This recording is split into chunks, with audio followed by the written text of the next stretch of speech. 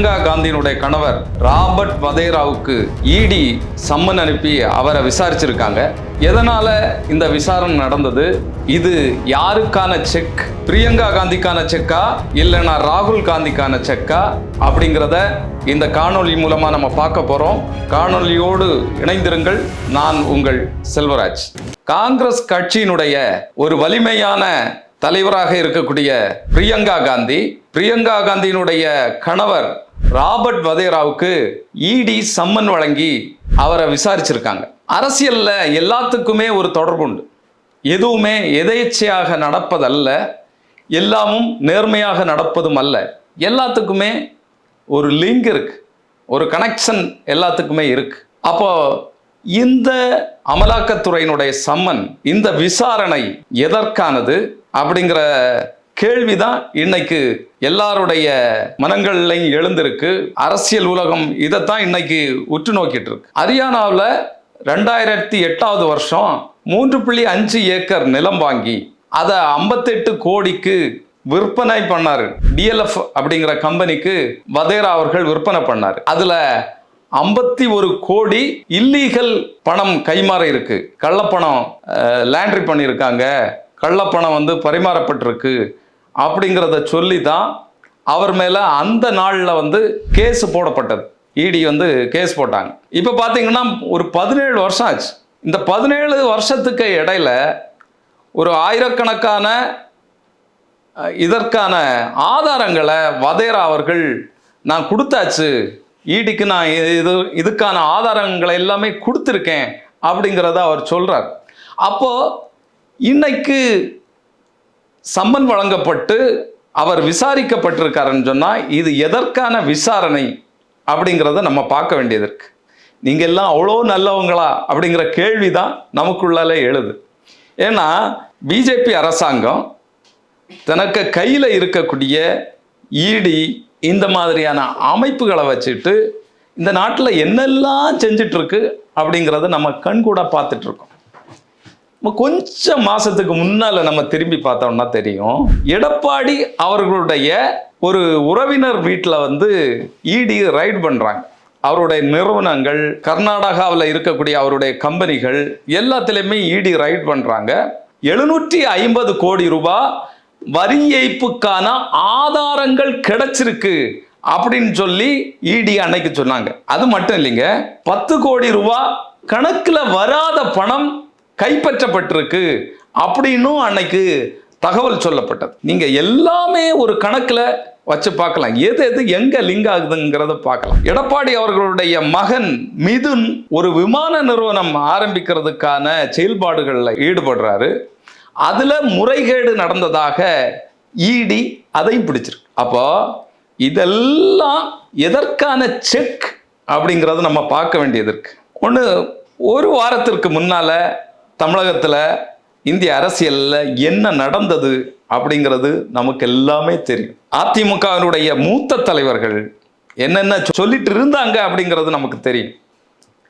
BJP கூட ஒட்டும் இல்லை உறவும் இல்லை அப்படிங்கிறத சொன்னாங்க. ஜெயக்குமார் அவர்கள் வாலண்டியராக நான் தோத்து போனதுக்கு பிஜேபியினுடைய கூட்டு தான் காரணம், நான் மன்னர் மாதிரி இருந்தேன், முடிசூடா மன்னர் மாதிரி என்னுடைய தொகுதியில் நான் வலம் வந்துட்டு இருந்தேன், ஆனால் என்ன தோற்கடிச்சது இந்த பிஜேபி கட்சியினுடைய கூட்டு தான் என்ன தோற்கடித்தது. 2021 நாங்கள் ஆட்சியை இழந்தது, ஆட்சியை பிடிக்க முடியாமல் போனதுக்கு காரணமே இந்த பிஜேபி தான் அப்படின்னு சொல்லி பல தலைவர்களும் சொன்னாங்க. இனி ஒட்டும் இல்லை உறவும் இல்லை, நாங்கள் பிற்படுத்தப்பட்ட மக்களுக்காக, சிறுபான்மை மக்களுக்காக நாங்கள் உறுதுணையாக இருப்போம் அப்படின்னு எல்லாம் சொன்னாங்க. எடப்பாடி அவர்கள் என்ன சொன்னாங்க, அந்த ரம்ஜான் நிகழ்வில் கலந்துகிட்டு நாங்கள் இனி எப்போதும் உங்களோடு உறுதுணையாக இருப்போம், பிஜேபி கூட நாங்கள் கூட்டு வச்சா அது ஒரு விபத்து, நாங்கள் இப்போ திரும்பி வந்திருக்கோம் அப்படிங்கிற மாதிரியான டைலாக் எல்லாம் சொன்னாங்க. ஆனால் ஒரு வாரத்துக்கு முன்னால இவரை டெல்லியில் கூப்பிட்டு இவருடைய மகன், இவருடைய உறவினர்கள் மீதான இந்த என்னென்ன கேஸ் எல்லாம் இருக்கோ அதெல்லாம் காட்டி அச்சுறுத்தி தான் இவங்களை இந்த கூட்டணிக்கு அடிபணிய வச்சிருக்காங்க. நினைச்சு பாருங்க, ஒரு இடி ரைட் இல்லைன்னா ஒரு ஒரு அமலாக்கத்துறையினுடைய அச்சுறுத்தல், ஆளக்கூடிய அரசாங்கம் அதனுடைய கொடுங்கரங்களை கொண்டு போய் அச்சுறுத்தது மூலமாக எப்படிப்பட்ட விஷயங்களை சாதிச்சுட்டு இருக்கு அப்படிங்கிறத நம்ம பார்த்துட்டு இருக்கோம். அது மட்டும் இல்லைங்க, எல்லாரும் பேர்லையும் கேஸ் இருக்கு. ஓபிஎஸ் அவர்கள் மேல ஒரு மலேசிய நிறுவனம் கேஸ் கொடுத்துருக்காங்க. இன்கம் டேக்ஸ் டிபார்ட்மெண்ட்ல அந்த கேஸ் இருக்கு. அது மாதிரி டிடிவி தினகரன் அவர்கள் பேர்ல கேஸ் இருக்கு. இரட்டை இலை சின்னம் தனக்கு கிடைக்கணும் அப்படிங்கிறதுக்காக பணம் கொடுத்ததாக ஒரு கேஸ் நிலுவையில் இருக்கு. ஆக எல்லா பேர்லையும் ஒரு கேஸை வச்சு அவங்க ஃபைல் எல்லாம் தூக்கி அழகா வச்சுட்டு இருக்கிறாங்க.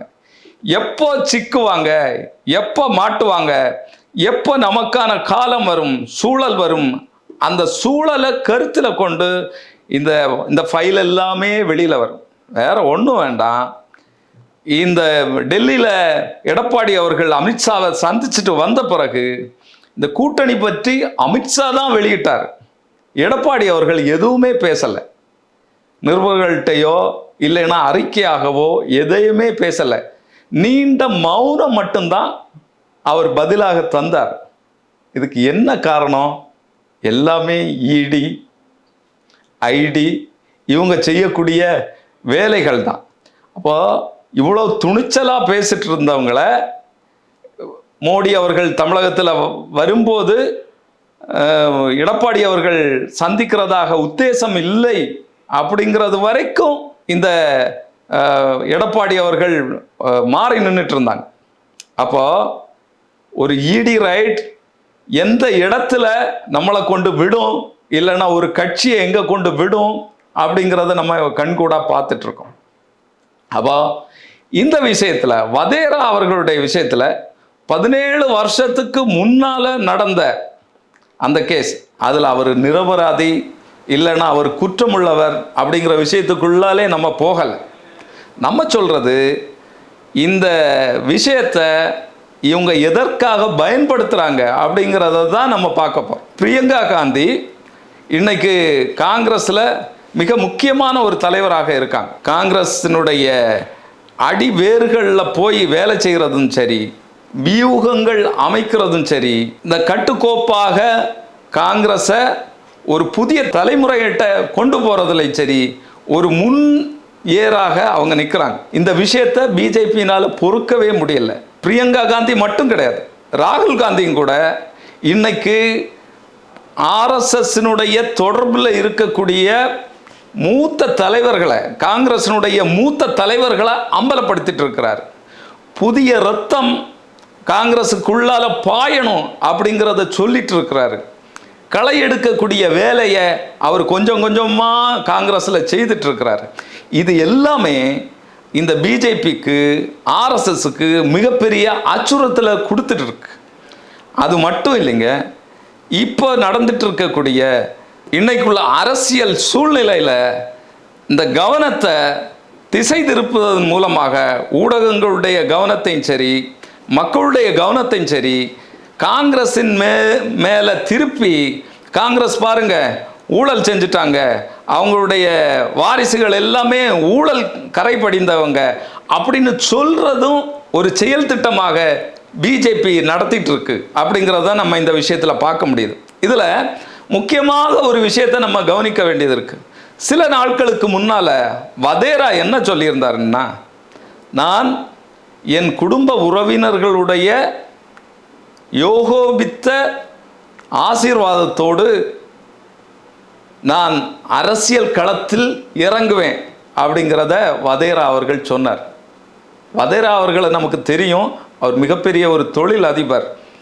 அப்போ இப்படிப்பட்ட ஒரு நபர் அரசியலுக்குள்ளால வரும்போது அதனுடைய விளைவுகள் என்னதாக இருக்கும், அது நமக்கு பிஜேபிக்கு எந்த அளவு சிக்கல்களை உருவாக்கும், ஆர்எஸ்எஸ்னுடைய தந்திரங்கள் என்னாகும், நம்ம எந்த அளவுக்கு வலிமையாக நிற்க முடியும், எதிரணி பலப்பட நம்மளால் முன்பு போல நம்மளால் செயல்பட முடியுமா, நம்ம எதிர்ப்பை எப்படி காட்ட போகிறோம் அப்படிங்கிற விஷயமும் இதில் கவனிக்கத்தக்கது. அப்படிப்பட்ட விஷயமும் இதில் இருக்கு அப்படிங்கிறதை நம்ம பார்க்க முடியுது.